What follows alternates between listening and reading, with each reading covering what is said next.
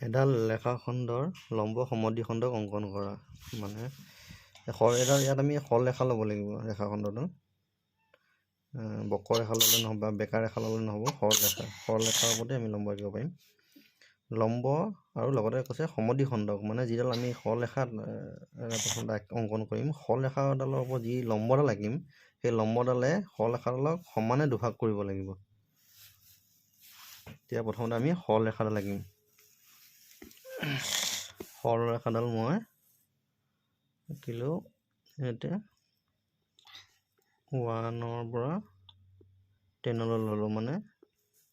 1 পৰা 10 ল'লোঁ এয়া কিমান হ'ব 9 চেণ্টিমিটাৰ 0 পৰা ল'লে 10 চেণ্টিমিটাৰ হ'লেহেঁতেন 1 2 3 4 5 6 7 8 9 চেণ্টিমিটাৰ আছে লেংথটো আৰু ইয়াৰ আৰম্ভণি পইণ্টটোৰ নাম দিলোঁ মই এ শেষৰ পইণ্টটোৰ নাম বিন্দুটোৰ নাম দিলোঁ বি এতিয়া মই লম্ব ইয়াৰ এ বি ৰেখাখণ্ডৰ ওপৰত লম্ব আঁকিব কৈছে লম্ব মই য'তে ত'তে আঁকিব পাৰোঁ ইয়াতো আঁকিব পাৰোঁ ইয়াতো আঁকিব পাৰোঁ কিন্তু কৈছে সমানে এ বি ৰেখাখণ্ডডাল সমানে দুভাগ কৰিব লাগিব গতিকে মই কি কৰিম কিমান আছিলে 9 চেণ্টিমিটাৰ গতিকে মই ইয়াৰ আধা হ'ব 5.5 হ'ব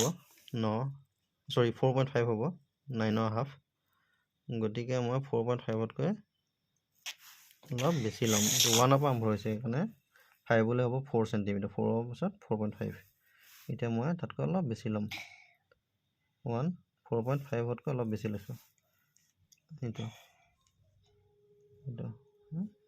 5 মান লৈ লৈছোঁ এতিয়া মই এ বিন্দুৰ পৰা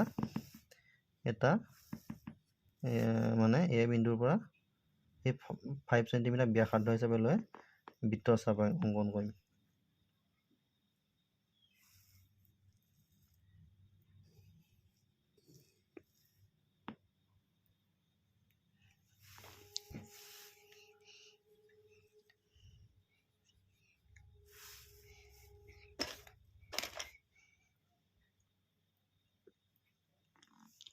দুই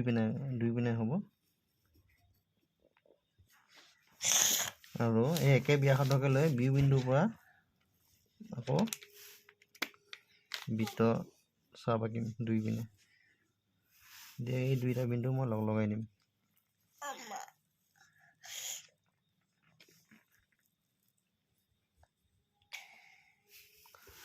এতিয়া মই চাম সমানে দুভাগ হৈছে নাই এতিয়া আমি চাব পাৰোঁ এই বিন্দুটোৱে এই গোটেই এ বি ৰেখাখণ্ডটো সমানে দুভাগ কৰিছে নাই চাম আমি ইয়াৰ পৰা এই বিন্দুটোলৈ চালোঁ 1 পৰা 2 1 2 3 চেণ্টিমিটাৰ 4 চেণ্টিমিটাৰ আৰু এইটো হাফ আছে 4.5 আৰু এইফালে টোটেল 9 চেণ্টিমিটাৰ আছিলে গতিকে 4.5 হৈ গ'ল গতিকে সমানে দুভাগ কৰিছে আৰু এইটো যে লম্ব হৈছে নাই আমি চাব লগা হ'লে পুনৰ্মান যন্ত্ৰৰ সহায়ত আমি চালে দেখা পাম যে এইটো কোনটোৰ নাম 90 ডিগ্ৰী এইফালেও 90 ডিগ্ৰী হ'ব এইফালে 90 ডিগ্ৰী এইফালে 90 ডিগ্ৰী গতিকে সি লম্বভাৱে দ্বিখণ্ডিত কৰিছে এই বি ৰেখাখণ্ডৰ অলপ সেনেকৈ আঁকিব পাৰি আমি